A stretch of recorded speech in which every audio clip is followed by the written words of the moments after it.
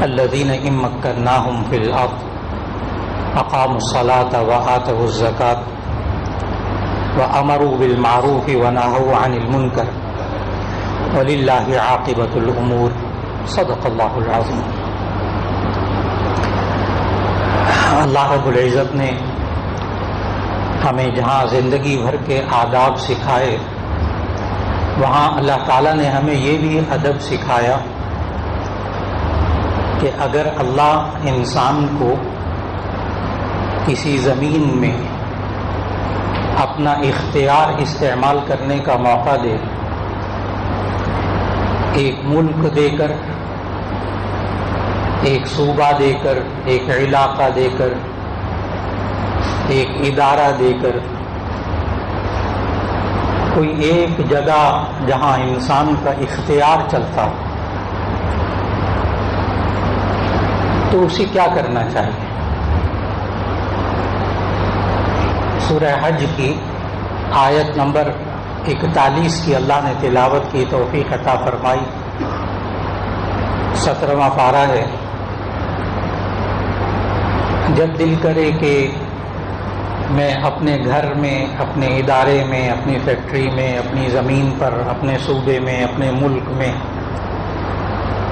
اللہ نے مجھے آزادی دی ہے اس بات کی کہ میں اس میں اپنا حکم چلا سکتا ہوں، اپنی ذمہ داری پوری کر سکتا ہوں، اس لیے کہ اللہ تعالیٰ نے اس آیت میں فرمایا کہ الذین ان مکناہم فی الارض، وہ لوگ کہ جن کو اللہ تعالیٰ زمین میں ٹھکانہ دے۔ مکنہ یمکن، مکان ہم اردو میں بھی کہتے ہیں، مکان جگہ، اور مکنہ یمکن تمکیناً کا معنی ہوتا ہے عربی میں کسی کو کسی جگہ ٹھہرانا، مکان دینا، جگہ دینا، زمین دینا۔ الذین ان مکناہم فی الارض، وہ لوگ کہ جنہیں ہم زمین میں جگہ دیں۔ اور آپ فوراً سمجھ گئے کہ یہاں مکنہ ہم نے جگہ دی، اس سے مراد اللہ ہے، اس سے مراد اللہ ہے۔ جب انسان کو اللہ اختیار دینا تو کیا کام کرنے ہیں؟ آگے اللہ تعالیٰ نے 4 کام بتائے ہیں، بس کوئی پیچیدہ باتیں نہیں ہیں۔ الذین ان مکناہم فی الارض اقاموا الصلاۃ، جب اللہ زمین میں جگہ دے تو نماز قائم کریں۔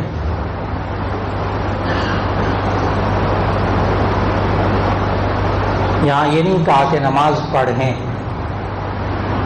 صلو نہیں کہا۔ لوگوں کو یہی غلط فہمی ہوتی ہے، وہ کہتے ہیں ملک میں، صوبے میں، علاقے میں، اپنی فیکٹری میں، اپنے گھر میں نماز کا نظام ہم کیا نافذ کریں؟ نماز تو انفرادی عمل ہوتا ہے، یہ تو انسان کے انڈیویجول عبادت ہے، ذاتی عمل ہے، ذاتی عمل ہے نماز پڑھنا۔ اور یہاں جو اللہ نے حکم دیا وہ نماز پڑھنے کا حکم نہیں دیا، الفاظ پر غور کیجیے گا۔ الذین ان مکناہم فی الارض اقاموا الصلاۃ۔ حضرت شاہ ولی اللہ رحمہ اللہ نے حجت اللہ البالغہ میں اسی آیت کی تشریح کرتے ہوئے اقاموا الصلاۃ کا معنی بیان کیا کہ اقامہ کا معنی عربی کے اندر اقام یقیم اقامتن کا معنی قائم کرنا، شائع کرنا، عام کرنا، نافذ کرنا۔ عربی ڈکشنری اٹھا کر دیکھیں، وہاں بھی آپ کو اقامہ کے معنی یہ ملے گے، قائم کرنا۔ الذین اقاموا الصلاۃ، وہ لوگ کہ جو نماز قائم کریں، خود تو پڑھنی ہے، باقی کے اوپر بھی ان کو بھی کہنا پڑے۔ اس سے کیا ہوگا؟ ثواب ملے گا آخرت میں۔ دنیا میں کیا ہوگا؟ اگر ہم اپنے گھر کے افراد کو، گھر کے ملازمین کو، اپنے کوک کو، باورچی کو، اپنے چوکیدار کو، اپنے گارڈ کو، اپنے دفتر میں اپنے ماتحتوں کو جب ہم نماز کا کہیں گے، نماز کا پابند کریں گے، اقاموا الصلاۃ، اس سے ہوگا کیا پھر؟ اب 21ویں پارے کی پہلی آیت پڑھیے گا، اس کا ترجمہ پڑھیے گا۔ اتل ما اوحی الیک من الکتاب واقم الصلاۃ ان الصلاۃ تنہی عن الفحشاء والمنکر. اقم الصلاۃ، تم نماز قائم کرو. کیوں؟ کیا ہوگا اس سے دنیا میں، انسان کی زندگی میں؟ کہ ان الصلاۃ تنہی عن الفحشاء والمنکر، کہ نماز انسان کو بے حیائیوں اور برائیوں سے روکے گی. ہم چاہتے ہیں نا کہ ہمارے ملازمین برائی نہ کریں، بے حیائی پہ کام نہ کریں، تو ان کو نماز پڑھنے پہ لگا دیں. خالق نے کہا ہے، کسی مولانا صاحب نے نہیں کہا جن سے آپ کہہ سکتے ہو کہ جی مولانا مجھے آپ کی رائے سے اختلاف ہے. نماز تو انفرادی عمل ہوتا ہے، جو پڑھے نہ پڑھے.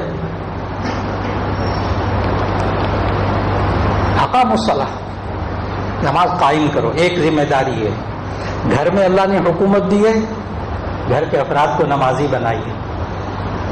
اللہ نے ایک فیکٹری کے اندر آپ کو مالک بنایا اس زمین کا، وہاں کے رہنے والوں کو نمازی بنائیے. ان کو ماحول دیجیے، ان کے لیے مسجد بھی بنائیے، ان کے لیے وقت بھی دیجیے، ان کے ٹائم ٹیبل بھی رکھیں، ان کے لیے امام بھی مقرر کریں. ہوگا کیا وہاں کہ یہ نماز ان کو بے حیائی برائیوں سے روکے گی. ایک کام، جب اللہ زمین دے، ملک دے، آزادی دے، تو پہلا کام آزادی کس چیز کی؟ یہی آزادی الذین یمکنہم فی الارض. جب ہم تمہیں آزادی دیں تو تم وہاں ہر سب کچھ کر سکتے، تم وہاں اپنا حکم چلا سکتے. تو اقاموا الصلاۃ، نماز قائم کیجیے. نمبر 2، آتوا الزکاۃ، زکوٰۃ ادا کیجیے.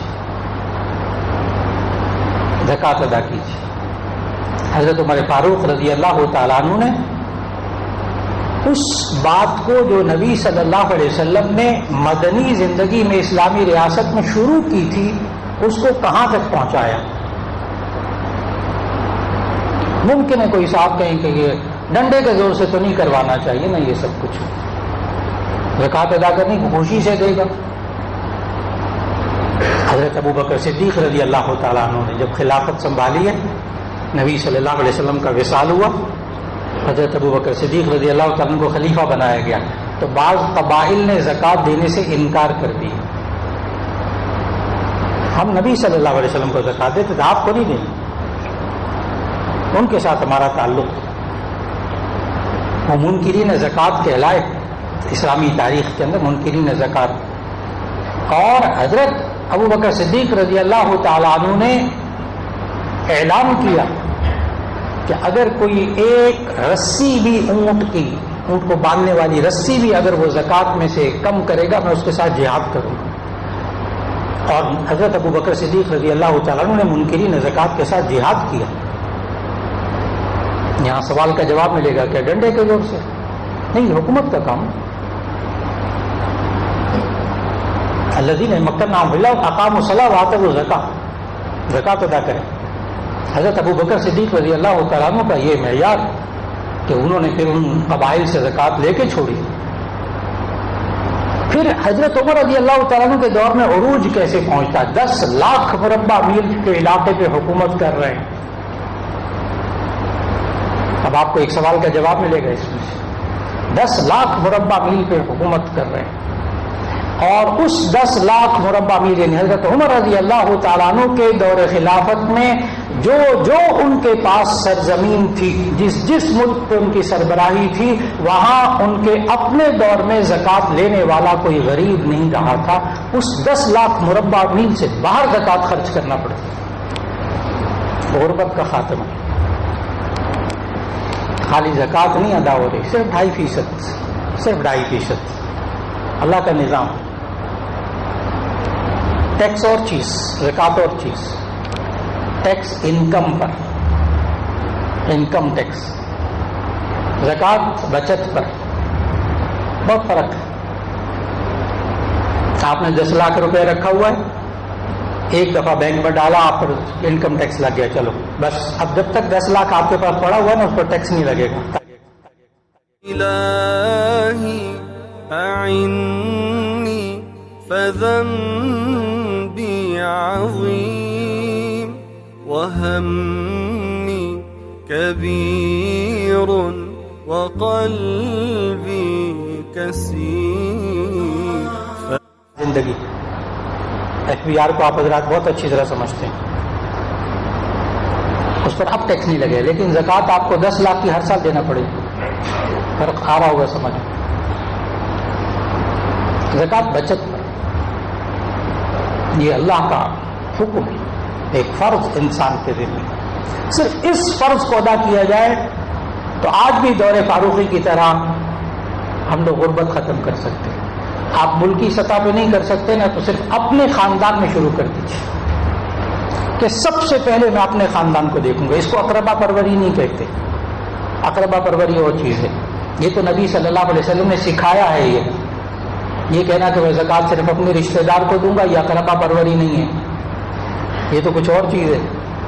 نبی صلی اللہ علیہ وسلم نے فرمایا آپ عام غریب کو زکوٰۃ دیں 1 ثواب، اور رشتہ دار کو زکوٰۃ دیں 2 ثواب، ایک صلہ رحمی کا، ایک زکوٰۃ ادا کرنے کا. وہاں اقربا پروری نہیں آ رہی.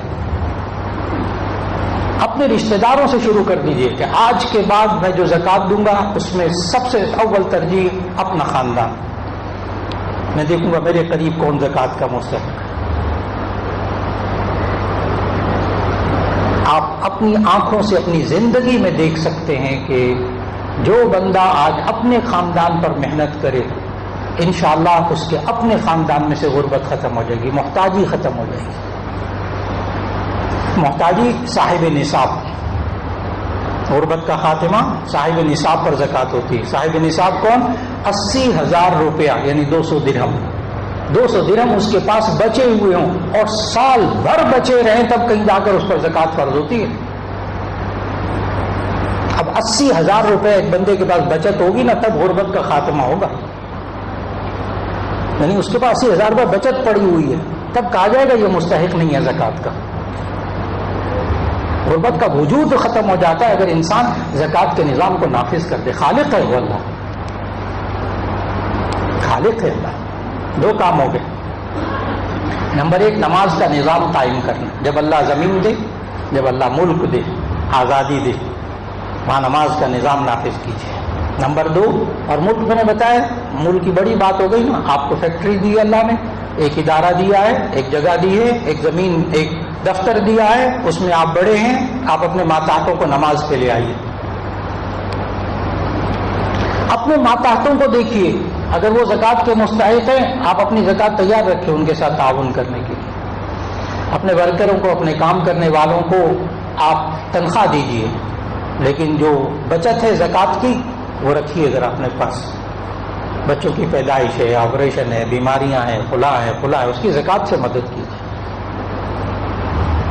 جہاں آپ کو اللہ نے حکومت دی، اس دفتر کے اندر، اس فیکٹری کے اندر، اس ادارے کے اندر کیجیے. نمبر 3 اقاموا الصلاۃ وآتوا الزکاۃ. نمبر 3 وامروا بالمعروف. اور نمبر 4 ونہوا عن المنکر. اور آخر میں آیت ہے وَلِلَّهِ عَاقِبَةُ الْأُمُورِ. یہاں یہ آیت مکمل ہو رہی ہے. نمبر 1 امر بالمعروف. نمبر 2 اس میں نہی عن المنکر. امر بالمعروف نیکی کا حکم دینا، نیکی کا حکم دینا. جتنے اچھے کام ہیں اللہ اور اس کے رسول صلی اللہ علیہ وسلم نے بتائے اس کا آپ حکم دیجیے. کہیے، کہہ تو سکتے ہیں بھائی آپ سچ بولا کریں، لیکن یہاں میرے دفتر میں نہ جھوٹ نہیں چلے گا. خود بھی نہ بولے انسان، جھوٹ نہیں چلے گا. امر بالمعروف کی مثالیں دے رہا ہوں. بھائی یہاں خیانت نہیں چلے گی، کرپشن نہیں چلے گی، میرے دفتر میں کم از کم نہیں چلے گی. میری کلاس میں پڑھاتا ہوں جی میرے طلبہ جھوٹ نہیں بولتے، میرے طلبہ چوری نہیں کرتے، میرے طلبہ کسی کو مارتے نہیں، بھیجا تکلیف نہیں پہنچاتے. جہاں انسان کی حکومت ہو، ایک استاد کی حکومت اپنے طلبہ پر، ایک محتمم کی حکومت اپنے ادارے، ایک پرنسپل کی حکومت اپنی جگہ، نافذ کر کے دیکھیے. نیکی کا حکم دیتے جتنی نیکیاں. نمبر 2 ونہوا عن المنکر. اور وہ بری باتوں سے روکیں. بری باتوں سے روکنے کا بھی نبی صلی اللہ علیہ وسلم نے انداز بتایا، طریقہ بتایا، سلیقہ بتایا. فرمایا اذا رأى منکم منکرا فلیغیروا بیدہ. یہ جتنی باتیں عرض کر رہا ہوں نا، ایک بندہ نہیں کہہ سکے گا مولانا یہ قابل عمل نہیں ہے اس دور میں، کہاں رہتے ہیں آپ، زمینی حقائق کی باتیں کیا کریں۔ اس آیت کے ترجمے میں جو جو بات عرض کر رہا ہوں، ایک بندہ نہیں کہہ سکتا کہ یہ ممکن نہیں ہے، میں نہیں کر سکتا، وہ نہیں کرتا، نہیں، ہمارے عام طور پر مزاج یہ وہ نہیں کرتا، نہیں، میں کر سکتا ہوں کہ نہیں کر سکتا، میں اپنی جگہ کر سکتا ہوں کہ نہیں کر سکتا۔ ایک بندہ نہیں کہہ سکتا کہ جی یہ ممکن نہیں ہے۔ اور جو حدیث سنانے لگا ہوں نہو عن المنکر، نہی عن المنکر کے بارے میں جو حدیث سنانے لگا ہوں، اس حدیث پر کوئی بندہ یہ نہیں کہہ سکتا میں تو بالکل عمل نہیں کر سکتا مولانا، بے بس ہوں، میرے ہاتھ پاؤں سارے بندھے ہوئے۔ ایک بندہ نہیں کہہ سکتا اس معاشرے میں سے۔ حدیث کا ترجمہ عرض کرنے لگا، نبی صلی اللہ علیہ وسلم نے فرمایا برائی کو کیسے روکیں، آخری اور چوتھا کام، برائی کو کیسے روکیں۔ من رأى منكم منكرا فليغيره بيده فإن لم يستطع فبلسانه فإن لم يستطع فبقلبه وذلك أضعف الإيمان أو كما قال عليه الصلاة والسلام۔ من رأى منكم منكرا، جو شخص تم میں سے برائی دیکھے، فليغيره بيده، اس کو اپنے زور بازو سے روکے۔ آپ کے پاس اختیارات ہیں نا، آپ اس ادارے کے سربراہ ہیں، آپ دفتر کے سربراہ ہیں، آپ ادارے کے سربراہ، فیکٹری کے سربراہ ہیں، آپ کے پاس کچھ اختیارات ہیں۔ دیکھو جو جھوٹ بولے گا نا اس کی تنخواہ کٹے گی، جو کھلا کرے گا اس کو یہ ہوگا، اور جو سچ بولے گا اس کو یہ ہوگا۔ اس وقت میرے سامنے ایسی ایسی فیکٹریاں ہیں اس وقت پاکستان میں کہ جن کے ورکر 100% نمازی ہیں، 300 400 ورکر کام کرنے والے وہاں، سارے کے سارے نمازی۔ کچھ تو اثر ہوگا نا جو اللہ نے کہا ہے۔ لہٰذا ایک بات، اپنے زور بازو کو استعمال کیجئے۔ کوئی نماز نہیں پڑھ رہا اس کے لیے، کوئی جھوٹ بول رہا ہے اس کے لیے، کوئی خیانت کر رہا ہے اس کے لیے، کوئی اور غلط بات کر رہا ہے اس کے لیے۔ نمبر 1، من رأى منکم منکرا فلیغیرہ بیدہ، جو تم میں سے برائی دیکھے وہ اپنے زور بازو سے روکے۔ فإن لم يستطع فبلسانہ، اگر اس کی طاقت نہیں رکھتا تو زبان سے روک دے، یہ نہ کرے، یہ نہ کرے، یہ غلط بات ہے، آئندہ نہیں کرنا یہ آپ نے، یہ تو کہہ سکتا ہے۔ چلے مولانا آپ کو کیا پتا، میں زبان سے بھی نہیں کہہ سکتا گھر کے اندر اپنے بیوی بچوں کو، میں بے بس ہوں بالکل، تو کوئی بات نہیں۔ اگلا تیسرا مرحلہ، وہاں بے بس کوئی نہیں ہے، زور بازو سے روکیے۔ نمبر 2، زبان سے روکیے، اگر نہیں زور بازو نہیں استعمال کر سکتے، طاقت نہیں استعمال کرتے۔ فإن لم يستطع فبقلبه، اگر زبان سے بھی کہنے کی طاقت نہیں رکھتے تو کم از کم دل سے تو اس کو برا سمجھیں، اس برائی کو۔ اس سے کس نے روکا ہے؟ یہ کیا ہوا کہ دل سے بھی برا نہیں سمجھنا اور اس برائی کو گھر میں عام کر دینا اور خود بھی برائی میں شریک ہو جانا، خود بھی اس برے کام میں شریک ہو جانا۔ دل میں اس برائی کو برا سمجھنے سے تو کسی نے نہیں روکا۔ اس تیسری سٹیج پر کوئی بندہ یہ نہیں کہہ سکتا کہ میں بے بس ہوں۔ اس تیسری سٹیج میں کوئی بندہ یہ نہیں کہہ سکتا میں بے بس ہوں، یعنی میں برائی کو برائی دل سے سمجھ بھی نہیں سکتا، سوال ہی پیدا نہیں ہوتا، کوئی بندہ بے بس نہیں۔ وَلِلَّهِ عَاقِبَةُ الْأُمُورِ، ہمارا کام ہے کوشش کرنا۔ آگے اللہ نے پتہ کیا کہا، وَلِلَّهِ عَاقِبَةُ الْأُمُورِ، کاموں کا انجام یہ اللہ کے ذمے ہے، کاموں کا انجام اللہ کے ذمے ہے۔ آپ کا کام بیوی بچوں اپنے ماتحتوں کے کان پہ اتارنا، اپنا زور بازو استعمال کرنا، اپنے اختیارات استعمال کرنا، اپنی زبان استعمال کرنا، دل میں بات ڈالنا اللہ کا کام ہے، یہ ہمارے بس میں نہیں ہے۔ کم از کم اتنا تو کرنا ہے۔ آگے اللہ نے خود کہہ دیا، آپ لوگ جب آپ کو آزادی ملے، ملک ملے تو 4 کام کر لیں۔ اللہ دین جب ضرورت پڑے، سورہ حج کی آیت نمبر 41 الذین مکناہم فی الارض اقاموا الصلاۃ وآتوا الزکاۃ وامروا بالمعروف ونہوا عن المنکر، وہاں نماز قائم کیجیے۔ نمبر 2، زکوٰۃ ادا کروائیں۔ نمبر 3، نیکی کا حکم دیں۔ نمبر 4، برائی سے روکیں، اور پھر اس کے بعد انجام اللہ کے ذمہ ہے۔ وَلِلَّهِ عَاقِبَةُ الْأُمُورِ، اللہ رب العزت نے ہمیں جو یہ آزاد ملک دیا، نام اسلامی جمہوریہ پاکستان، ابھی بھی الحمدللہ اللہ نے بے شمار نعمتیں دی ہوئی ہیں، بے شمار موقع دیے ہوئے ہیں، بے شمار اختیارات دیے ہوئے ہیں۔ اللہ ہمیں اس قرآن حکیم کے نظام کو نبی صلی اللہ علیہ وسلم کے سیرت طیبہ کے مطابق نافذ کرنے کی توفیق عطا فرما دے، خود اپنے اوپر نافذ کرنے کی ہمیں توفیق عطا فرما دے۔